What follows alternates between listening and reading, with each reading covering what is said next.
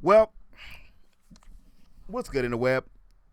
I hope each and every one of y'all are staying safe, not only from the quarantine, but also staying as safe and as positive and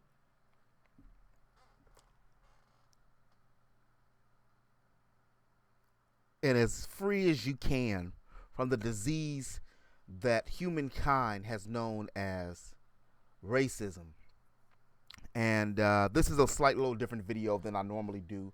But I looked at it at the end of the day because y'all have no idea that how long I have been wanting to say something,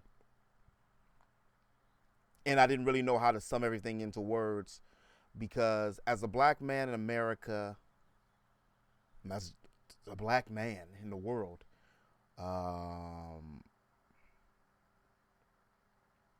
was born to inequality, and it's unfortunate that while you don't get used to it,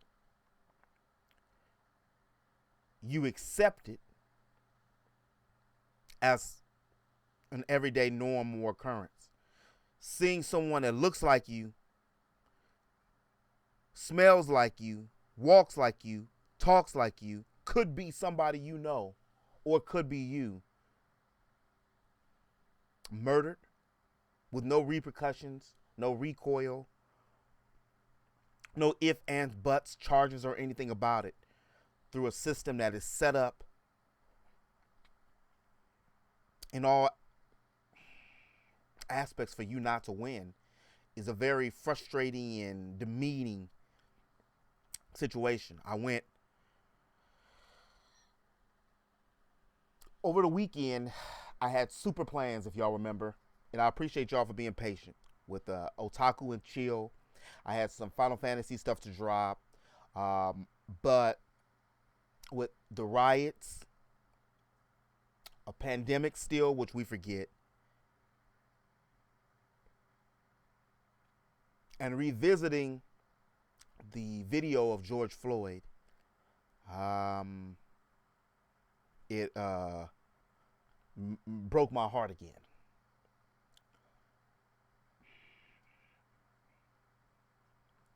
I don't. I talk. I'm very candid, but I don't go into my personables. For one, because it's personal. But a fear of mine, and it never dawned on me into this stuff really happened. Is birthing a child who will be African American descent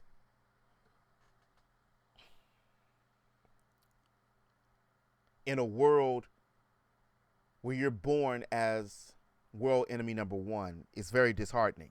And no, I'm not having a child or anything time soon. I mean, just in general. Um, I'm hurt. I'm broken. I'm scared. I'm frustrated and I'm angry because for all aspects, it's not too much we can do about it, especially as black folks. If we, we peacefully protest in the 60s, you kill the leaders, Martin Luther King. We organize and decide to create our own systematic systems. I know what I said there. I know. Like Malcolm X, come to arms, build our own infrastructure, like Huey P. Newton, speak out about injustice, like Tupac Shakur, were murdered, set up, and the killers are never found. Now, for me, I decided to start YouTube some years ago because I felt that GEAK transcended black, white, Mexican, Asian, Arab, Iraqi, any human race, because we're all a species at the same time. And I felt that we would that GEAK, being games, entertainment, anime with comedy, was something that everyone could band around. Mainly because in hindsight, most of my favorite games and people and shows don't star black people. However, even but saying that, I've always been, as being a black man, been an advocate of fair representation. If y'all follow me and know me, especially going from character creator, how I just had the battle last week trying to get a PSO2 character, which I ended up naming Royce Ryder. Royce Ryder. But I legit watched this video, and it was the same look that this officer, while he was stepping on George's neck, was when I was in history class for history class, or years ago. I had to take a history thing for a job, a conservation job, and in the early 1900s, when they used to lynch black people for being black, and they would hang us on trees, and it was this little girl's eyes in this picture that really struck to me. It was almost heartless. It was soulless. That's the same look that this dude had. And he felt, like his other colleagues felt, there will be no repercussions to it. Y'all know me. I don't get on religion, and I don't get on politics. I gloss over it with a little light, vanilla or chocolate icing, respectively. But I try not to go too far into it. But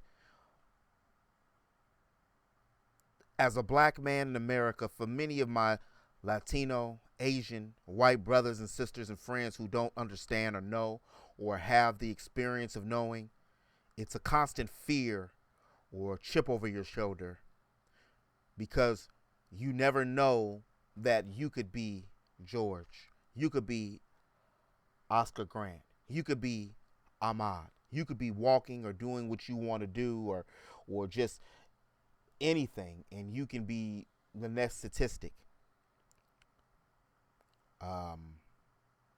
The blatant disrespect and uncaring attitude with these officers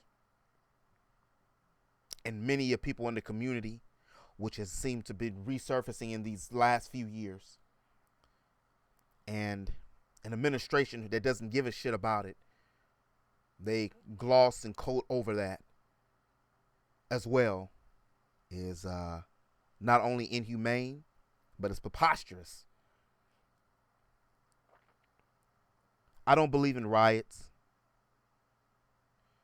and I understand that the only reason that the riots have been that started is because it's in frustration, because our voices aren't being heard anywhere else. Again, I don't believe in rioting, and I especially do not believe in rioting, looting, and destroying our own infrastructures in our own broken down cities, slums, and shanties in the first place, because that doesn't do anything. I was a kid in the Los Angeles 1992 riots. I was not in the riots. I was terrified, but they were literally happening across the street from me in South Central Los Angeles. And I remember the fear and the panic in watching a city burn and being separated from my grandmother and grandfather, while me and my mom were stuck on one side of the city when it seemed like the sanctuary was on the other side of the city. And that was a fearful time. Parts of South Central have never been even brought back together since then. Newberry's. There used to be a store called Newberry's. They don't exist no more. But it's gone because of that. Because of the rioting. I did a whole video for an hour talking and expressing how I felt, giving stories and explanations. And I was so tempted to post that, but I felt that my long-windedness would have been lost in translation. And as y'all know, I'm a positive person, and I try to make use of every moment, or I try to make light or cup half full out of every situation. And it's hard to watch another person that looks like me be senselessly murdered.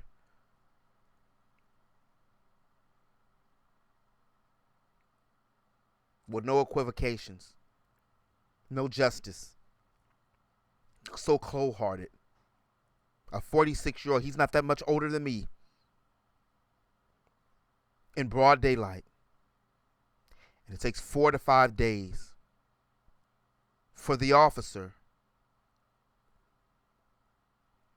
to be to be arrested.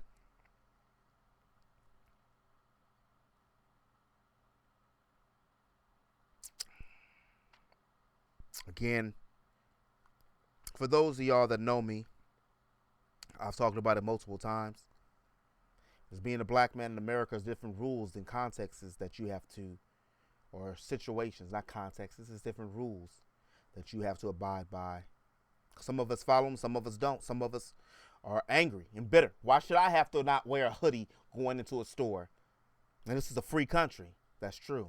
But the laws are not equal. It systematically is not built for a black man in America. It's built to be a subservient person. And I'm not saying that we can't make it or build up or do something or anything like that, because there's millions and millions of African American men and women who are doing things and are advocates for our race and are positive and are people who are making a difference not only in our communities but also in the communities of other races as well. It's just in a humanitarian aspect. But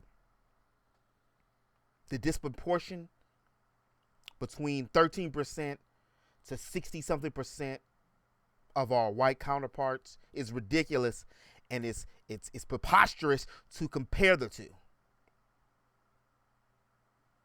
Yes,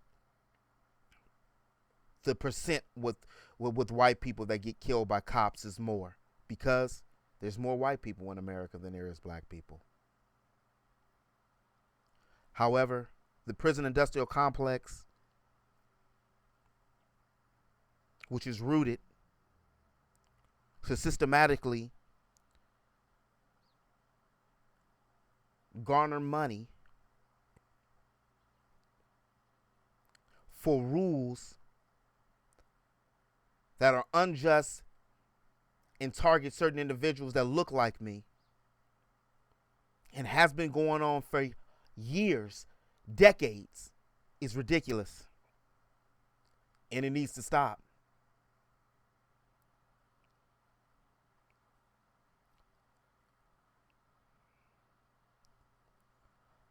I'm upset about the rioting, because now, from false bricks being laid to BLM, that's Black Lives Matter, being tagged by people who are not black, conspiracists, and how the legacy of George Floyd is being threatened to be flipped again, much like Colin Kaepernick with the knee being flipped when he was talking about police injustice to something else about not being patriotic. So this is going to be flipped. Not about racism, but it's going to be flipped to the rioting. And to all my Hispanic, white, Asian, every creed, race, person, gender, cultural background, I appreciate you for standing up for us, because I want you to know something. And I want to be very candid with you and be very real. We're the lowest percentage as African Americans, but we're the loudest percentage when some injustice happens. And if you think that this injustice can just only happen to black people, then that's wrong. because it can happen to Hispanic people. It can happen to Asian people. It can happen to homosexuals. It can happen to look at look at how things were with Jewish people. It can happen to anyone. And it needs to stop. People come in and ask, what answers do you have? You have to change the infrastructure. What do I want to see as a black man in America? What do I want to see? I want to see the time I have kids that it's changed. I told you I was in the 1992 riots. It's 2020. That was 18 years ago, 20-something years ago, actually, almost 30 years ago. And doesn't it seem like shit changed? It seems like during this quarantine, people's hate and malice for African American people have even gotten worse. I'm not sure if because people can't get haircuts, they're frustrated with their own situations, that they decide to target black people again as the scapegoat, which has been something that's been going down for hundreds of years. I'm not sure. But I am sure, and I do know, that it's very unjust, and it needs to stop.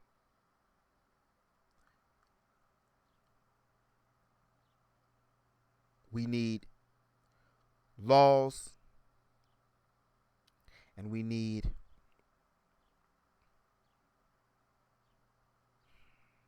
justice for all our fallen brothers and sisters who were shot, murdered in cold blood, and the cops got off with only being fired but still get pensions, can still work somewhere else because of the color of our skin, because of a color of one quarter inch of skin.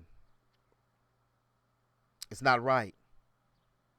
So if you can put your neck on a black man, handcuffed, 4 officers, in the middle of the daylight, and get off, they don't arrest you for 5 days, then what else can be done?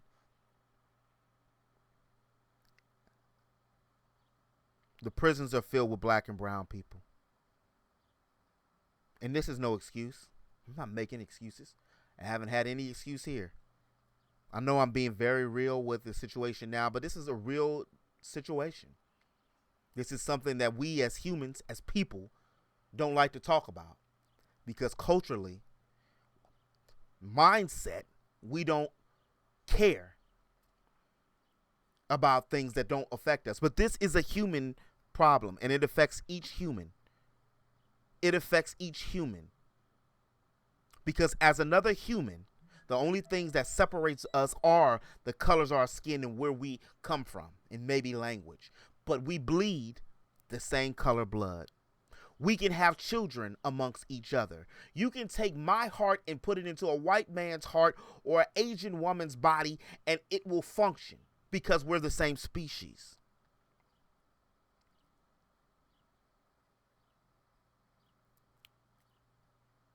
If you would like to argue, debate,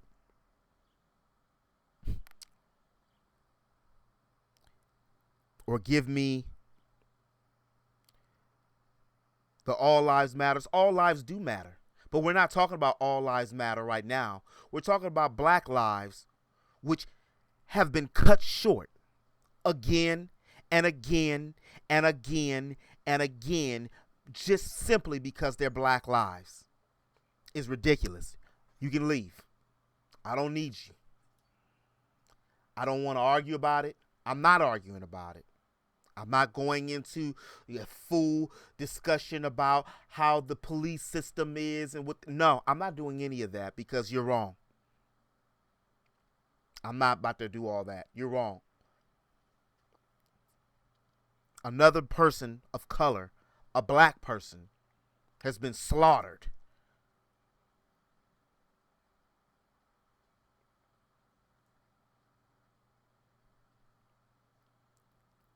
And now the world waits to see if this dude's going to get off again. much like a lot of people have already done. Look at Zimmerman, an unarmed teenager.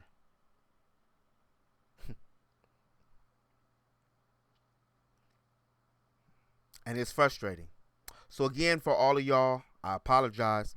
Taking it real. But no, I don't. I don't apologize for being real. I vowed that I would make, that if I had the opportunity to share my voice, which I do, that I would use my platform to say something. So what can we do? We start small, people. First and foremost, we all have people in our family and friends that do that. When you hear someone talking racist garbage, don't say that. That's not cool. Why are you treating them like that? What makes you think that? Why? Why are you acting like that? What did this person do this to you? Not each person that's this color or race is that way. Nip that shit in the bud immediately.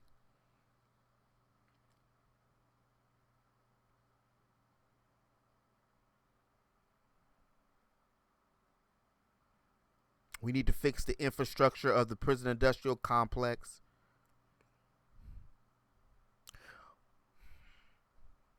Where the only way to make it out of your situation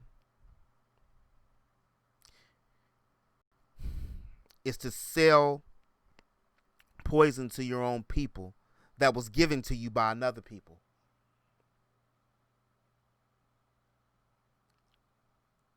And to color divide and fight over that said poison and station it in our communities.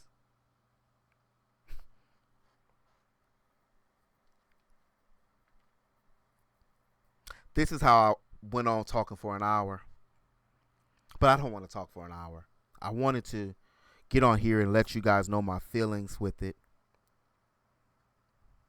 because I'm starting to feel like I'm rambling. And let you guys know that there's always a brighter day. And even though George Floyd feels like his situation is being used as being a martyr,